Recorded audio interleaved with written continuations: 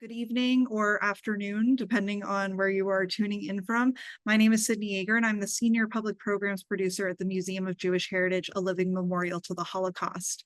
I am so pleased to welcome you to tonight's event, Jewish Poetry with Joy Ladin and Jacobs.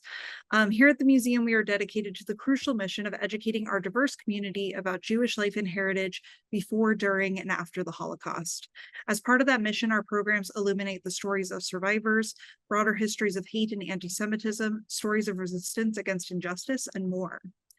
So thank you so much for joining us today virtually. We hope that if you are able to, that you will visit the museum in person to see our current exhibitions, including Courage to Act Rescue in Denmark, which is the museum's first exhibition for visitors ages 9 and up. So you can learn more about that on our website. Closed captions are available on today's program, and instructions on how to turn captions on or off are posted in the chat. If you have questions for our speakers during the program, please put them in the Zoom Q&A box. So not the chat, the Q&A, and we'll get to as many as we can at the end of the hour. So today we are so honored to be joined by Joy Ladin and Jacobs. Joy has long worked at the intersection of Jewish tradition and poetry and has published 10 books of poetry, including Shekinah Speaks, National Jewish Book Award winner, The Book of Anna, Lambda Literary Award finalist, Transmigration and Impersonation, the latter of which was recently reissued in a free revised edition from Doubleback Books.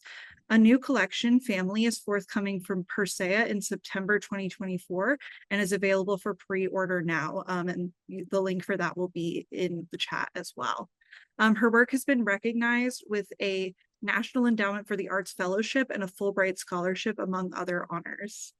Jessica is the author of Unalone, Poems in Conversation with Genesis, Take Me With You Wherever You're Going, one of Library Journal's best poetry books of the year, and winner of the Devil's Kitchen and Goldie Awards, and Pelvis with Distance, winner of the New Mexico Book Award and a finalist for the Lambda Literary Award, and is the co-author of Write It, 100 Poetry Prompts to Inspire.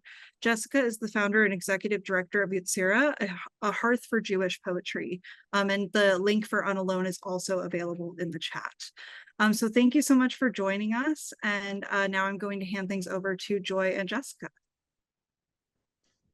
Thank you so much, Sydney. And we're so grateful to the museum for sponsoring and hosting this event and giving us a chance to do something we love, which is talking with one another about poetry and Jewishness and the strange ways that they combine. We're imagining this evening's conversation as not so much a poetry reading, but as a series of demonstrations of what poets can do with Jewishness and Jewish tradition. Like, what do you do with this? And I think you could generalize it to what does any poet do with the past that they've inherited, the traditions they've inherited. Tradition can seem closed, stifling. It can seem like an exam that you're doomed to fail because you can never know all the answers to it. I think a lot of American Jews grow up feeling like we're on the outside of this endless tradition and we'll never catch up because we missed the first 3,000 years of classes. But I would think both of us are poets who have found ways to treat this enormous past as our own and see it not as something we have to swallow whole or preserve in a museum, but as a series of creative opportunities, calls that demand a response, like a cavern that we can call into and we know that a voice is going to come back to us. There are a lot of different ways that we've related to it in our own work, and we wanted to trade poems that demonstrate some of those relations and talk about the similar and the different ways that we approach this. The first, so we've divided this into a few different sections, and the first section we've titled Using Ancient Ideas and Stories to See Our Lives More Clearly. And this is not something that only poets do. I think if you're a Jew who is engaged with the Torah or even just with your family's stories. You often think about difficult situations or situations in your life in relation to times that have come before you. I remember my ex and I were struggling to conceive, and she pointed out all the places where women are struggling to conceive in the Torah. And it was amazing to have that perspective added to our lives. Um, Jessica, did you want to say something? Yeah, I mean, I think first off, I just want to thank you so much. I want to thank the museum and thanks to you for inviting me to be a part of this conversation. And just to add a little bit, that in many ways, as someone, as you said, who has felt like an outsider to Judaism for much of my life, probably about 10 years ago, I was out for a run and I was listening to On Being with Krista Tippett, and I heard an interview with someone named Joy Ladin, and it just totally blew my mind. And I was like, I didn't know Judaism could be this way. And so you provided such an important pathway back into Judaism. So one, I just want to thank you. But I also think that part of what we're doing, like how you're talking about, uh, we're going to discuss like different ways, different models that poems can be a way to be in conversation or to, find ourselves within this very ancient tradition. I see poems as pathways, and I feel like we have had the privilege of our education, our time to find these pathways. And that's kind of one of the things I was really excited about being in conversation with you, is to say, like, here are these beautiful things that we have found, and we don't want to keep them for ourselves. Like, we want to offer them up. Yeah, so I'm very excited about that. And in terms of this first topic, I didn't read the Torah until I was in my 30s, and it like dropped me immediately into deep time, because exactly like you're saying about, that experience of like struggling to conceive and then realizing this is not you in an isolated moment. This is you as a lineage.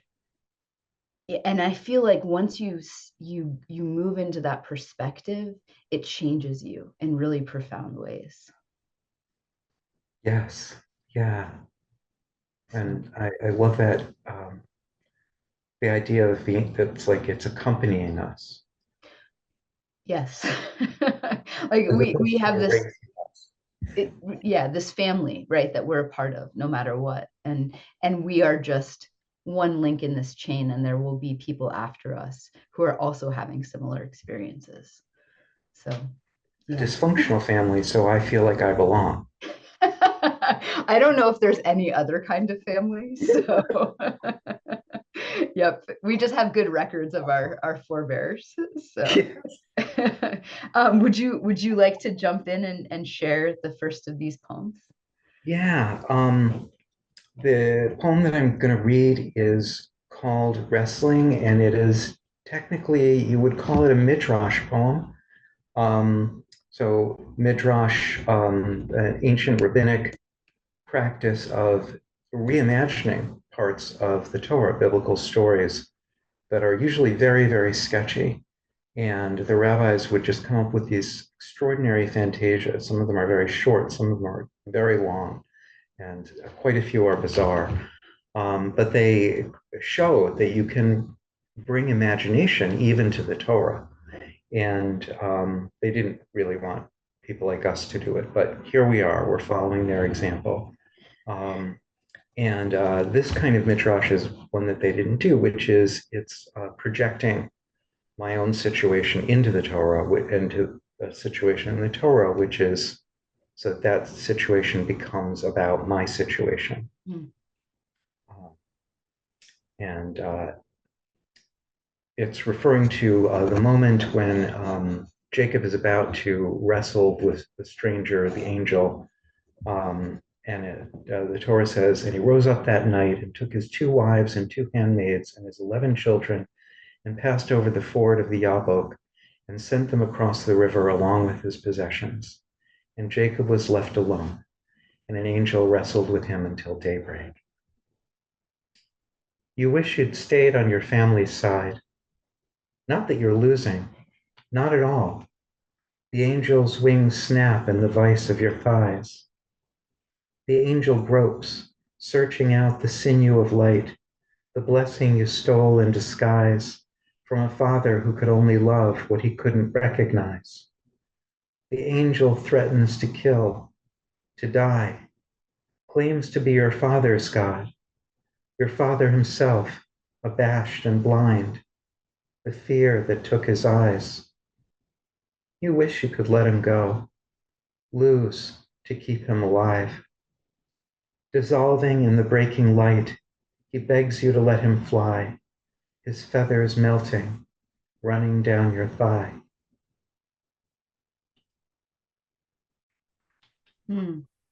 So beautiful, and it's lovely to hear it read aloud and to hear all the sonic play and texture that you have there. That's gorgeous. And I can't help but also read a little bit of Icarus in that last image. I had a big Icarus phase as a very young poet.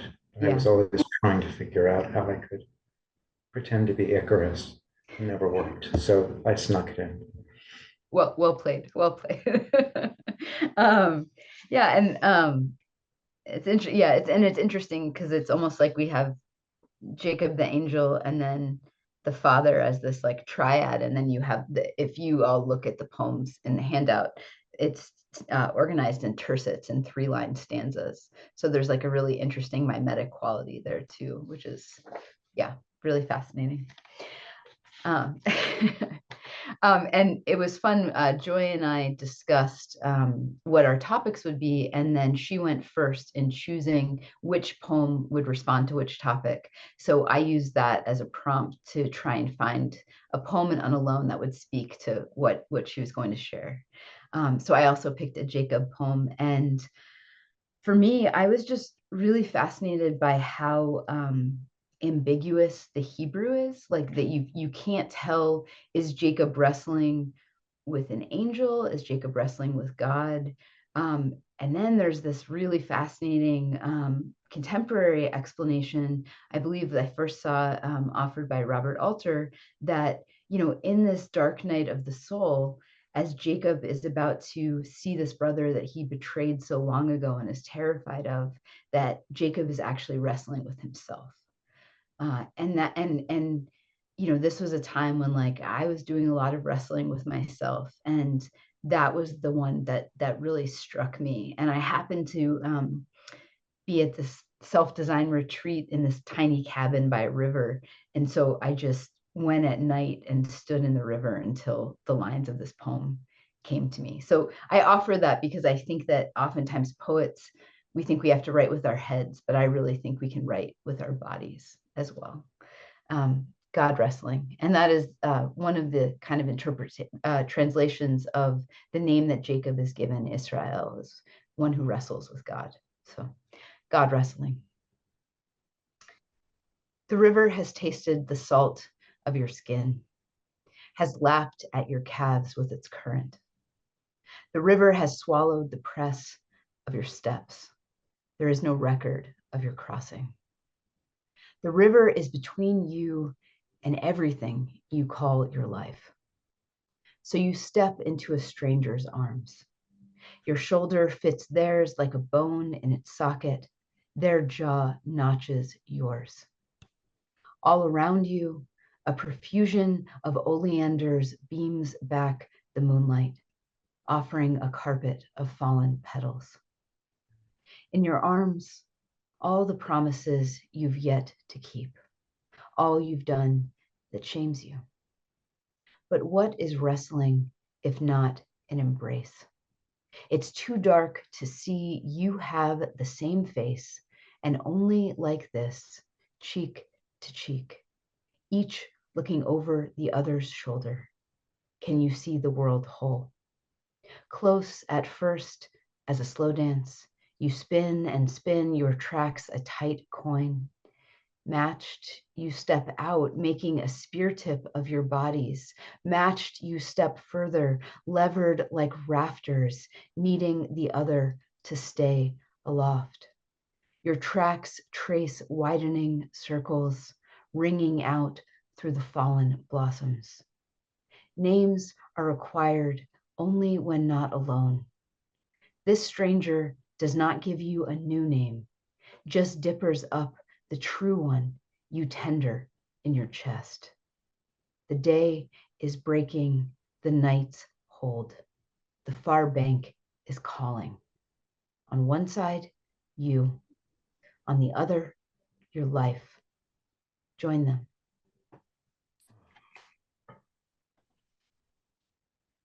There's so much in this poem that I get distracted by how gorgeous it is.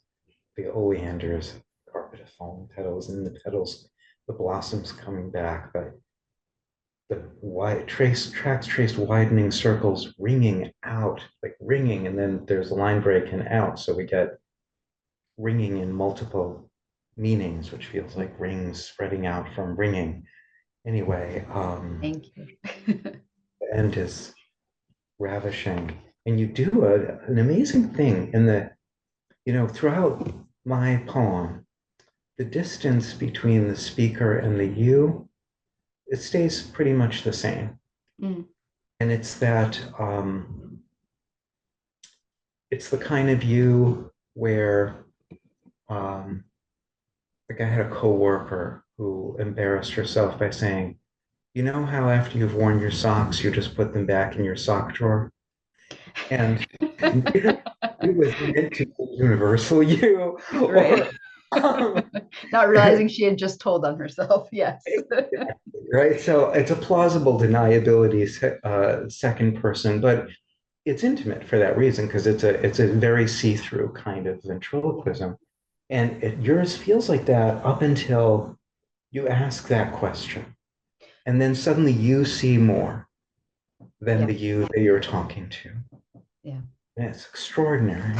Oh, thank you. Thank you. And I'm curious for you now that you've been writing across so many, beautiful volumes of poetry and prose, how has delving into these other texts and other stories, and I would call them like other mirrors, how have they changed how you perceive yourself? Like, can you feel that? Wow, that's a really profound question.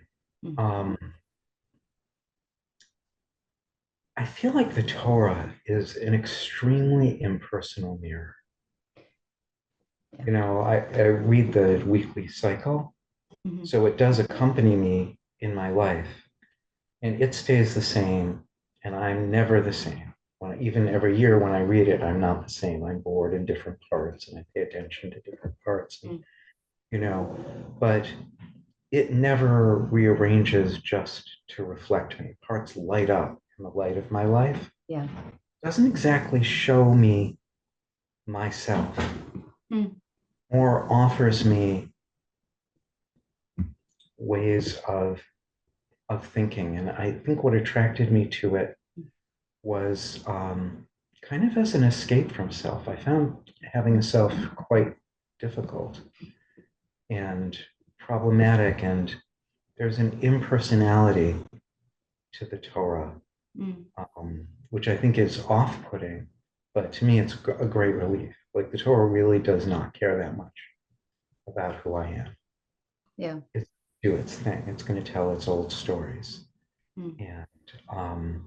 and so I can be the mess that I am, and not feel under any pressure to be otherwise. So when I write with the Torah, I feel like it'll bring things into focus, but it's more like a kaleidoscope than like something that permanently, like before I was like this, and then after, like Jacob limping and having a new name. I haven't had a lot of that. How about for you?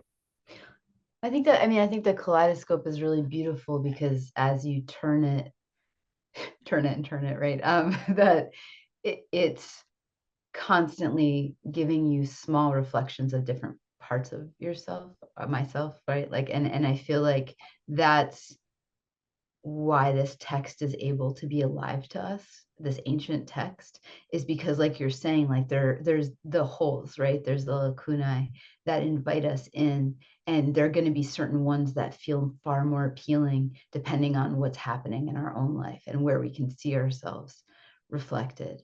And for me, it's been really fascinating. Like, this book came out in March, and I've been, trying, when I give readings, to read different sets of poems.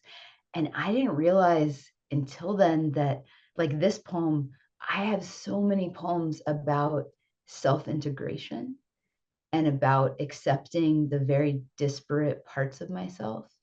And you see that there's so much twinning in the Torah, right? Jacob and Esau, right? Like all the, or sisters or siblings, Leah and Rachel, like, so you see these, and realizing that those then can become metaphors for the different parts of ourselves. So that's been really fascinating for me, just to start to kind of like see things from a little bit further away. That is really beautiful. And I love what you do with the wrestling here. And it's, we both really personalized it, because if you spend your whole night with your hands on someone else, it should be intimate. Of course. But in the Torah, it's this weird thing. I mean, is this what guys did? Like, you meet a guy in the dead of night and you just start wrestling? Like, who does that? Nobody is surprised. Right. Stranger is surprised. Jacob doesn't say, "What? Why are we doing this?"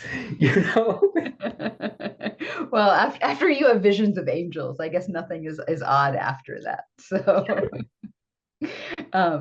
but yeah, well, and so maybe this is a good segue to move to our next topic, because that's a little bit less personal. I mean, it's still, the political is personal, but it kind of is a more expansive view, if you want to talk a little bit about this one. This is on page 3 of the handout, if you have it. So a lot of what rabbinic tradition and other interpreters of the Torah have done, a lot, is trying to use stories of the Torah or other parts of Jewish tradition to understand later moments that are contemporary. So, for example, the Ashkenazi Jews in Germany were horrifically persecuted in the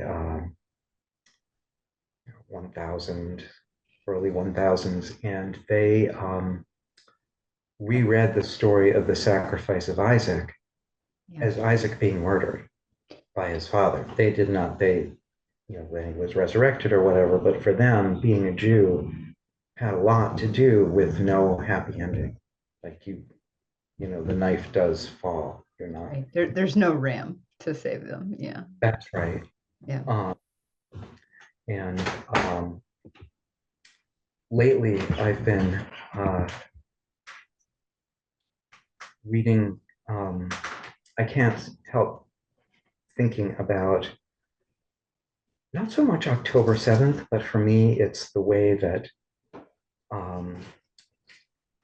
Jews have responded to October 7th and what we're doing in Gaza and the devastation there. And so as I'm reading the Torah, I'm attuned to these parts where, in fact, you go into this new country, Canaan, and you kill everybody in this town. You don't kill everybody in that town. You kill most of the people, but you don't kill everyone. Right. And Moses gets really angry at the army commanders for not killing everybody in the town where they were supposed to kill everyone. But it's really striking that our tradition has so much that is about mercy and compassion and justice.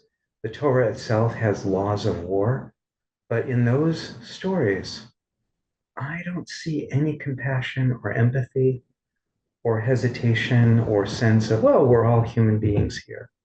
Yeah. And so I don't know how to use it to illuminate the current events that are are so awful, except, maybe if I wish the Torah had been otherwise, maybe it's my job to be otherwise now. Like Jewish tradition doesn't stop. We add to it every day with our own lives.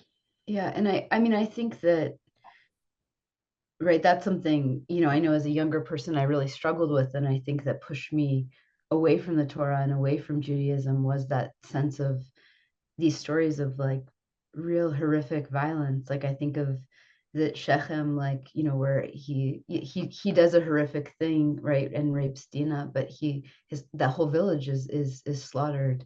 And a rabbi that I study with, Bert Vysotsky, really helpfully pointed out to me, that I know you know well, that especially in the Psalms, where it's like, here's how I'm going to bash in the head of my enemies, and all is so beautiful. Those are the early Psalms.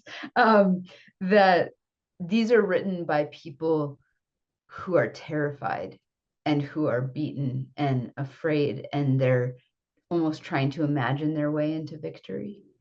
And that kind of helped me. Like this was like this prayer for a strength that they didn't have.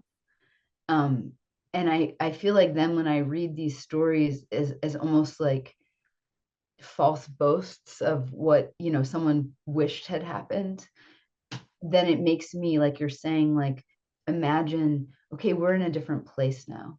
How might we be otherwise? How might we bring intention and thoughtfulness and mercy to this moment in a different way? But I think it's the flaws of these texts that allow us to see ourselves, because we are so flawed, and to maybe imagine how we might be otherwise. So I mean, I like what you were saying about, I think some of these are fantasies and some of them are not so fantasies, because this is, human beings have been slaughtering one another as long as we've been going. But what you said about fear, and I think that, when we are afraid for our lives,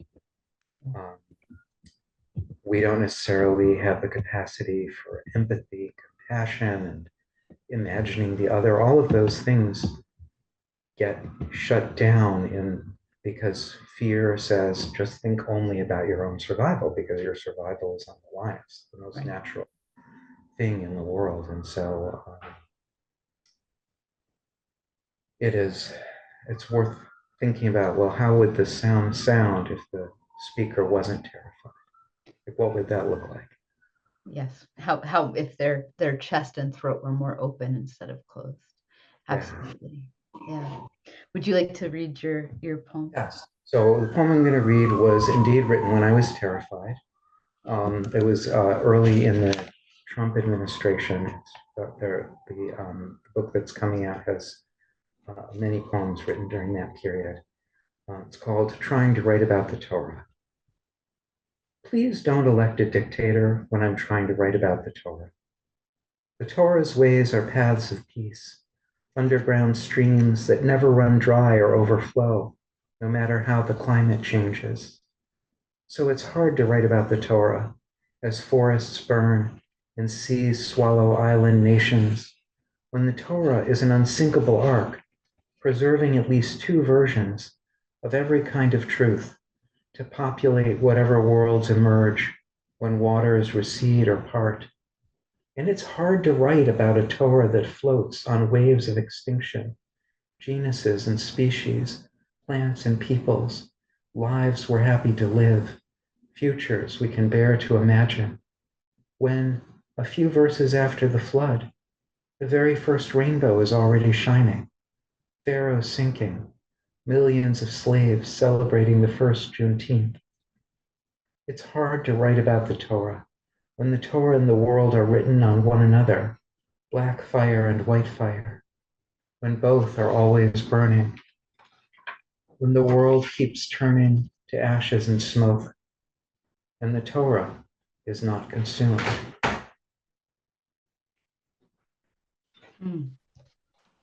It's so powerful. And I love how you're constantly kind of interweaving the referencing the Torah. Like this is a very meta level poem. with contemporary events, but then also weaving in biblical stories. Like we get all of these beautiful instances of the flood, like instead of two animals, two versions of every kind of truth, right? Like that's so beautiful. And then that we end in Exodus with Revelation, which leads us to the receipt of the Torah. And so it's this like beautiful circular poem that sadly we're always going to be crying out for peace. And it kind of just brings us right back to the beginning. Thank you.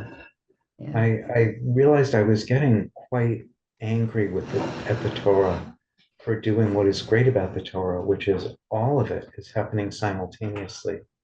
And all of it doesn't sugarcoat things the way we would wish.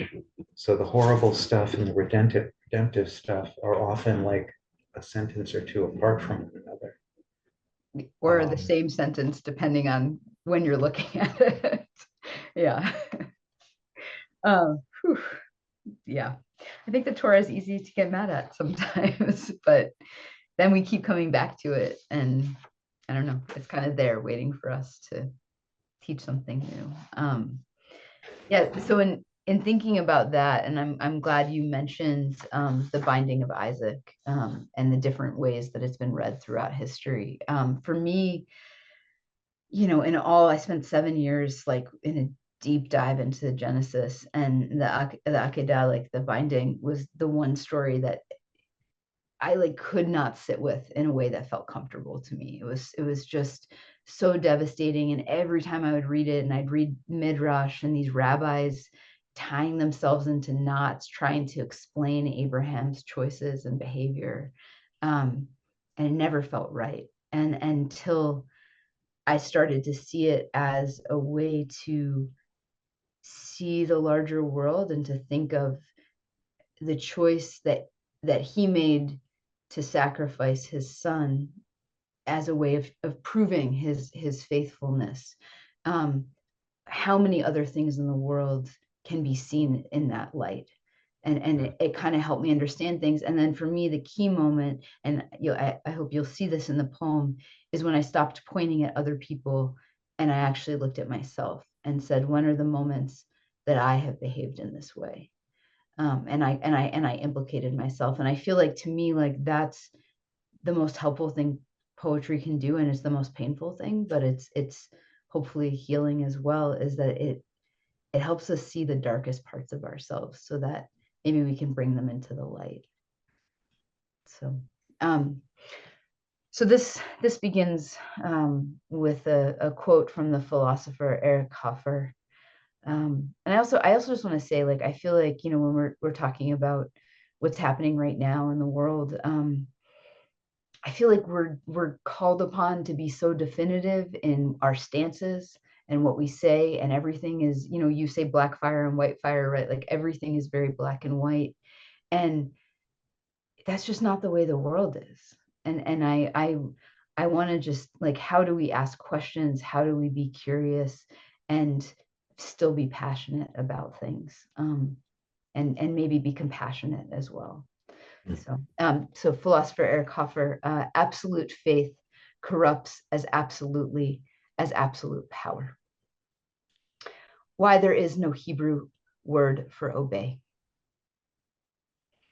What came later was the real trial, because God knew Isaac would not die, while Abraham climbed the mountain believing he would. With conviction tempered in the fires of his faith, he walked up through the shaded valley, his son resolute ahead on the trail.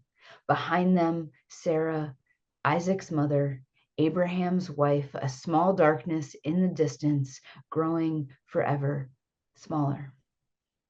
He bound his beloved son, pulled back his legs, wrenched back his arms, knotted his ankles to his wrists, and laid him on that altar like a child falling through the sky.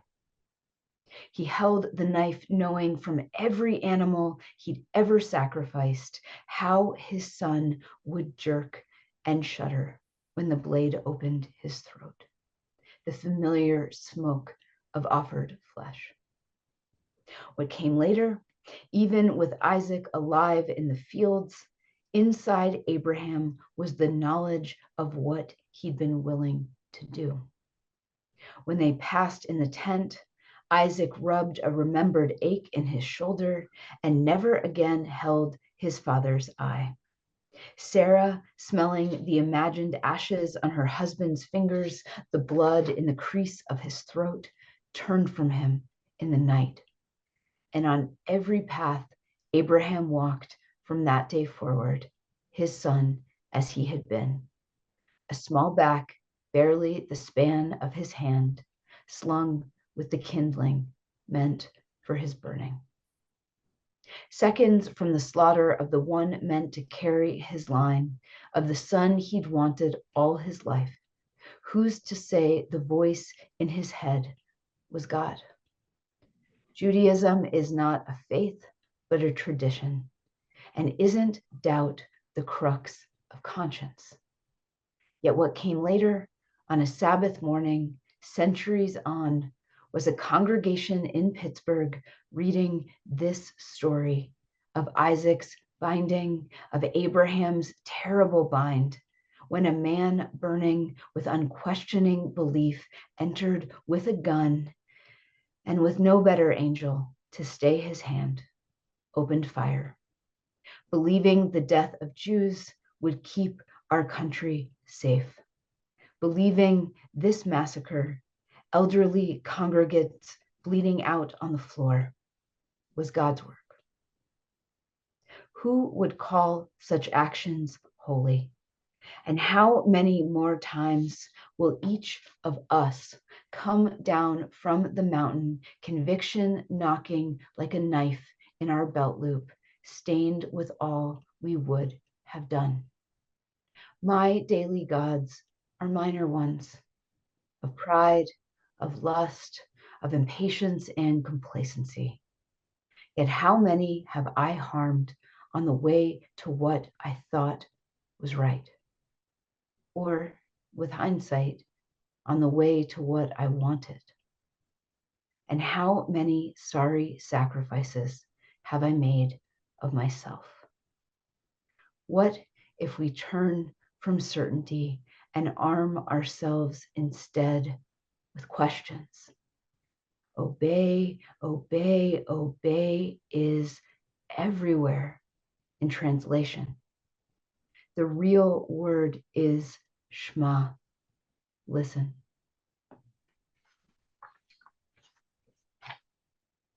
I love the way that that poem starts with,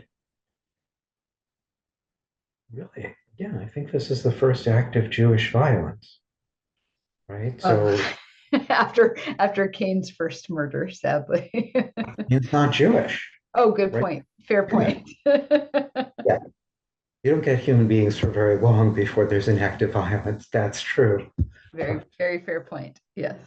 But Yeah. you know, the great Israeli writer Don Pagis, who spent his adolescence in a concentration camp, he would always write about Cain and Abel and about how there ends up not being a difference between them because you they're part of the same family. Like you can't separate, you refuse to separate and say, these are the villains, and these are the victims, and they're all bad and they're all good. And so you start with this Jewish violence, horrific Jewish violence, and then you segue into violence against Jews, but you say, think of this as basically what Abraham did to Isaac, which is, I think, an extraordinary and brave move. And then when you frame it as what we were willing to do, that's the Don Pagis move. There's nobody outside the human family. We're all willing to do things.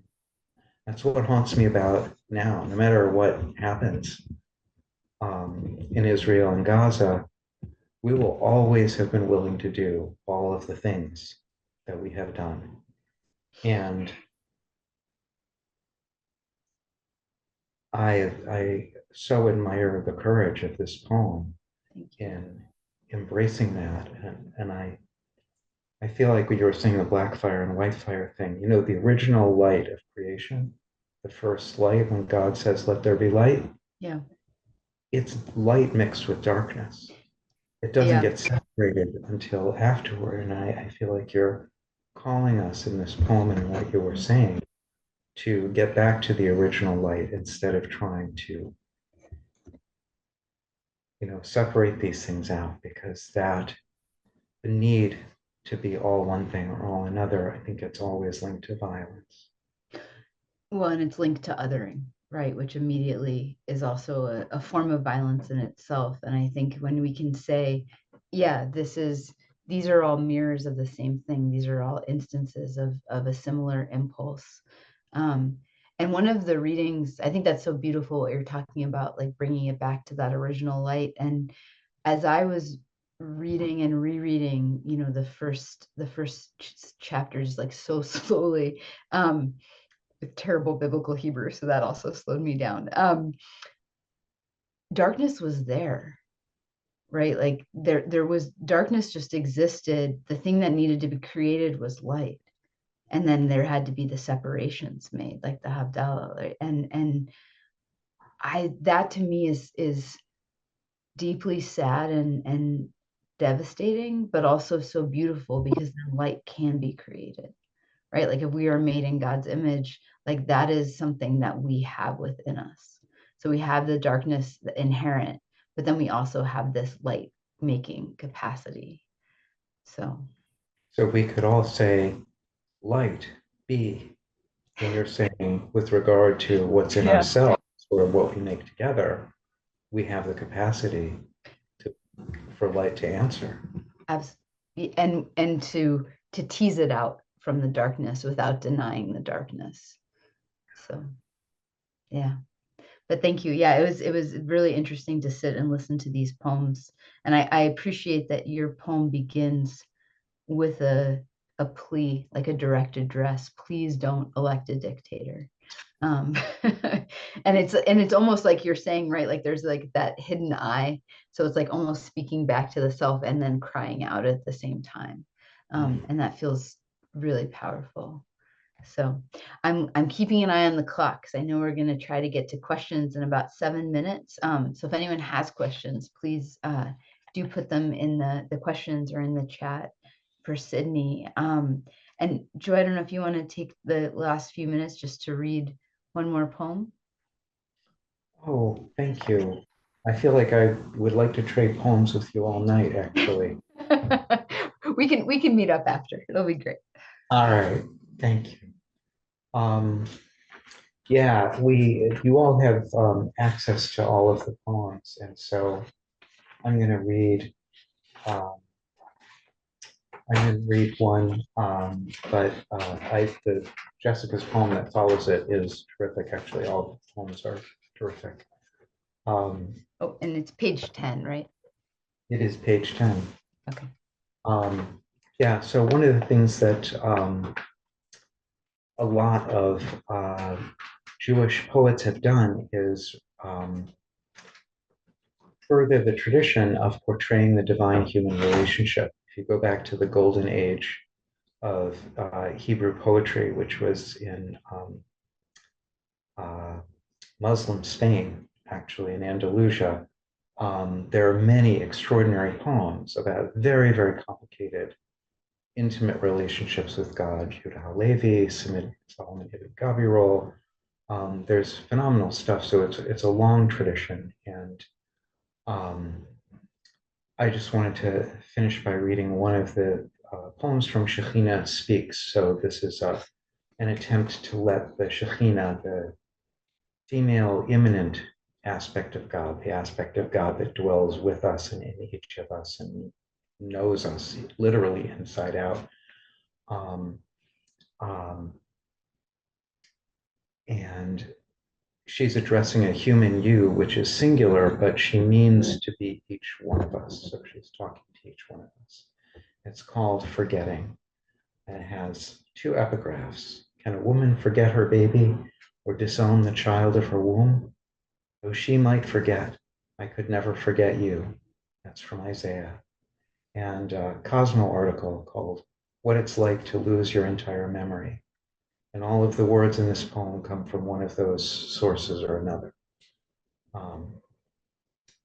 You don't remember anything. How I formed you in your mother's womb, nursed you, bathed you, taught you to talk, led you to springs of water. I sang your name before you were born. I'm singing your name now. You're clueless as an infant. When I tell you to shout for joy, you hear a bicycle or a cat. Sometimes memories of me come back like children you forgot you had. A garden, a bride, an image of your mother, a best friend, a brother, or a cop, or snow, or afternoon. Whose are these, you wonder? Then you forget and feel forgotten, like an infant who falls asleep at the breast and wakes up hungry again.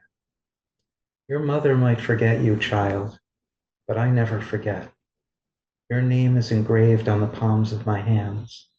I shower you with examples of my love, bees and birds, librarians, life skills, emotions, sunlight, compassion. Nothing connects. Every dawn, every generation, I have to teach you again. This is water. This is darkness. This is a body fitting your description. That's a crush. This is an allergic reaction. This is your anger. This is mine. This is me reminding you to eat, turn off the stove, take your medication. This is the realization that I am yours and you are mine. This is you forgetting.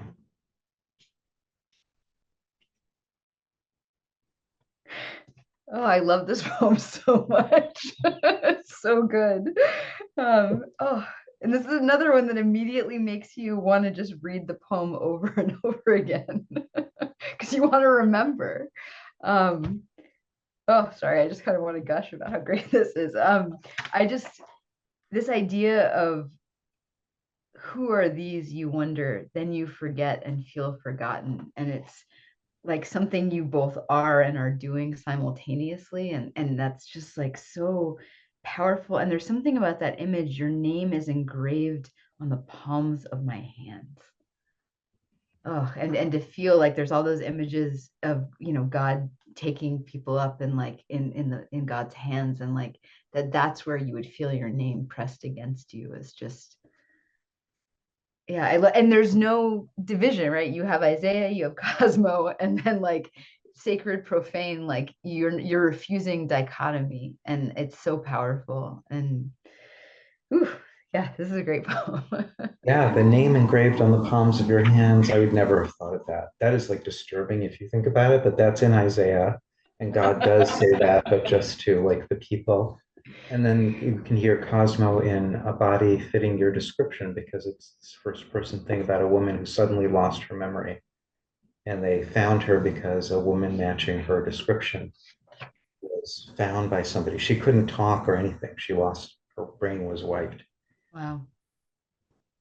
Which I guess is the story, right? As we are cast into the world, our brains are wiped. And yeah, that's amazing. Thank you for that. Let's see. I don't see any questions. So if you all have questions, I'll read this poem real fast and answer, and then maybe we can open. In Unalone, I tend toward the narrative, so I wanted to set myself a challenge of writing lyric poems. And because I still don't know exactly what I think about God or the divine, I wanted to sit with this idea of what it would be like to be in the presence of God emanating. And it says God speaks all the time. Like, what does that mean? So these poems are woven throughout, and a lot of them are the response inside the person hearing it. This is actually kind of imagining that moment of divine speech as like an ars poetica, like almost like God writing the poem of the world through speaking. So from Genesis chapter 1, verse 3, and God said, let there be light, and there was light. And God speaks. Words that enter the world as things. Says or light before ma'or, so source of light, because the word is its own illumination. Says fig tree and the soil ripples with sudden roots, while the wind finds leaves to riffle. Says cattle, and there is the hot green breath of rumination. Says birds, and a white egret paces the bull's back, plucking ticks from his hide. Each word carries what it names inside, and like a folded paper flower blooming in water, finds its form in the moment of its speaking. So. I wanted to ask you when I was rereading that, and then we do have a question. Oh, okay. But do you see this relationship to the divine as a model of something that we can do now? Do you see it as like a historical, like, well, yeah, you only get to create the world once, even if you're God. So that was then, this is now. What do you think? Well, I mean, I think, you kind of alluded to it earlier, this idea of continuous revelation, right? That the world is constantly being created, that everything that happened in the Torah is always happening, and we can access it if we kind of tune back in, right? Like God at Sinai says, I'm speaking to all of you here and all of you to come. And right. And I think what I was fascinated by, right? Davar in Hebrew means word and thing. And I don't think we actually realize the power that our written and spoken language has when we put it into the world. Even small gestures, how they can completely transform a person's day, a person's life, for the good or for ill. And so I think we're constantly creating little worlds between us, and we get to choose, do we do that with thoughtfulness and intention and hopefully kindness, or do we do it thoughtlessly and kind of Milton, right? Like the mind can make a heaven of hell or a hell of heaven. So we kind of have these choices. Yeah, so I think, I mean, if you're gonna pick a model, why not pick God, right? So maybe not sometimes, Torah God, but there's some good things in there. So Yeah, God has some things worth. yeah. Hi, Sydney. Hi. Are you all ready to move on? We are. Questions? Yeah. Amazing. Well, first I just want to say that I could listen to you both talk all night long. And I'm echoing what many people are saying in the chat. But unfortunately we cannot do that. But thank you for that really excellent discussion. So I will try to get to as many questions as we possibly can in the time we have. But the first question that we had that came in said that, these poems that you've read about Jacob and the angel and Abraham and Isaac are stunning and very important, and only poems that you two could write. But the question asker is curious in what ways your identities have played a role in how you read and write about these male stories. And do you see yourselves as Jewish poets? Like, how would you define your identity as a poet? Joy, do you want to start or? No, I want you to start, actually. Okay. I mean, I think like in a way, being not just a woman, but a queer woman, could feel like a barrier, especially at first in approaching these texts, but actually became a real gift because I'm not in that text. I'm not meant to be there in some ways. And so I got to claim everything. And I don't, the gender dichotomies, I think all of us have some of Jacob in us. I think all of us have some of Rachel or Sarah, or like, and I don't feel like I can only look at a very narrow slice. And so I want to see myself reflected. I want to see myself reflected in the flood, in, I mean, like all these different, like, and I think every single part of these stories is available to us as a teacher. And I don't want to deny myself any of that. Thank you. Yeah, I for me, that was partly, I think it's complicated about my relation to maleness in general, when you're socialized and live as a male. And in particular, in my family, the parent I was supposed to have a relationship with was my father. And it was quite a hard relationship, and it ended early and badly. And I think that writing about my father was something that I could do as a closeted trans poet, because it was something that a poet like me was supposed to do. I mean, if you are a young male looking poet, writing about poems about your father is something that is, it's like sneezing. It happens all the time. And people expect that.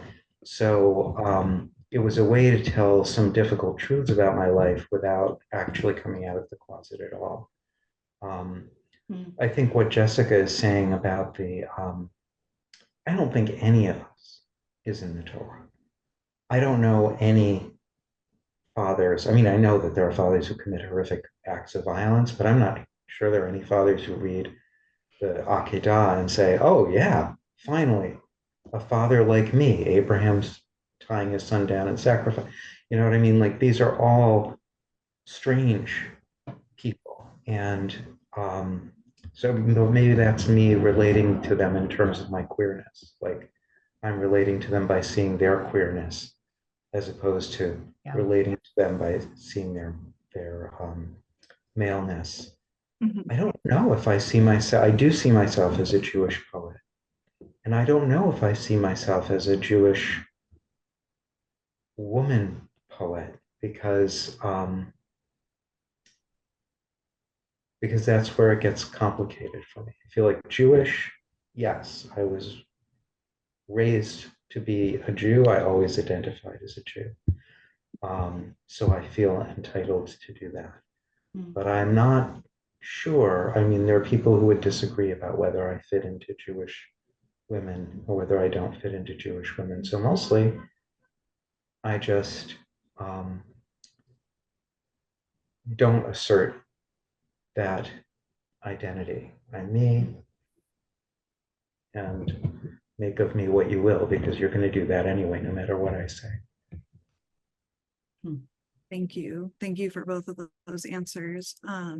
So I do want to ask, we're talking about Jewish poetry, but what to you makes a Jewish poem? What makes a poem Jewish? I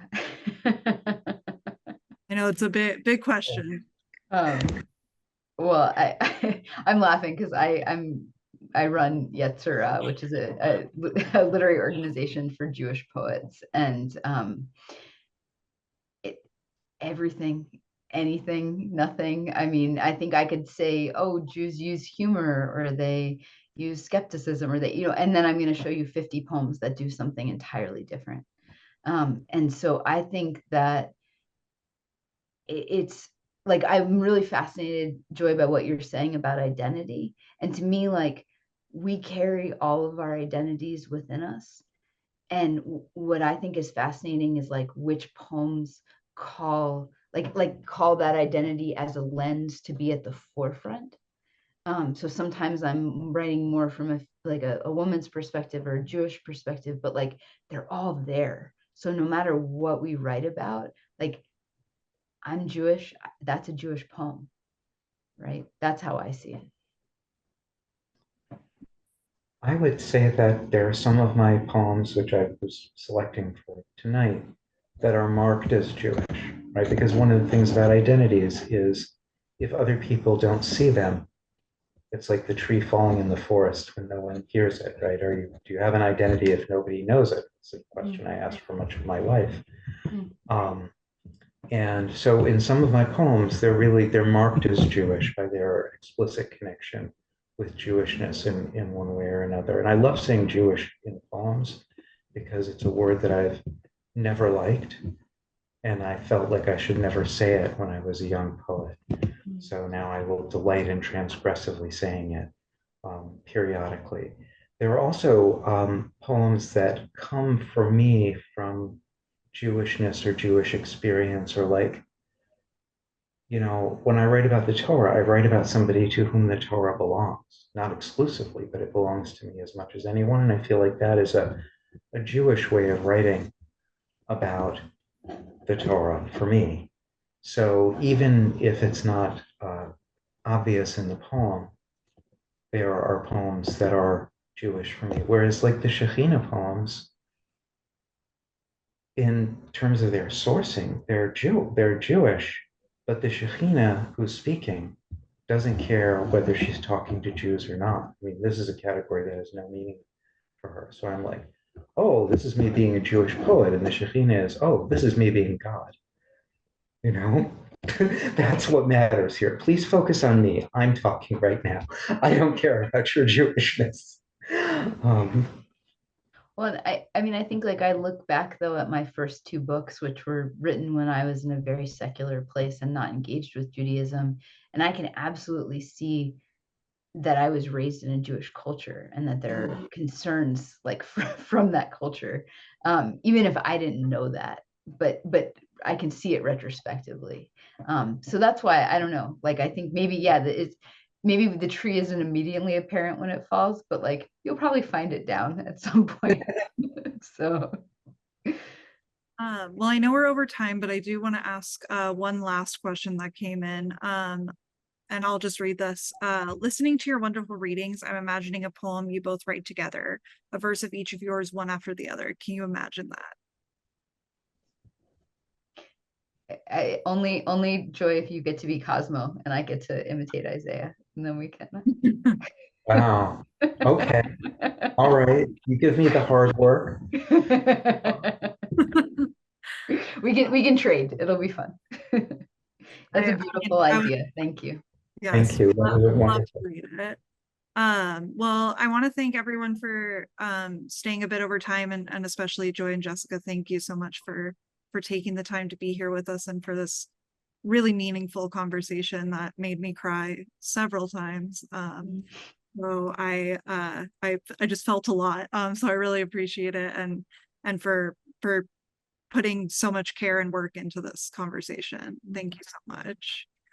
Thank you, Sydney. Thank you for hosting this and just kind of, it's really beautiful. A pleasure. And I also want to thank everybody who joined us this evening and who is here with us. And we hope that if you enjoyed today's program, that you will consider making a donation to support the museum at mjhnyc.org/support and joining us for our upcoming programs, which you can find at mjhnyc.org/current events.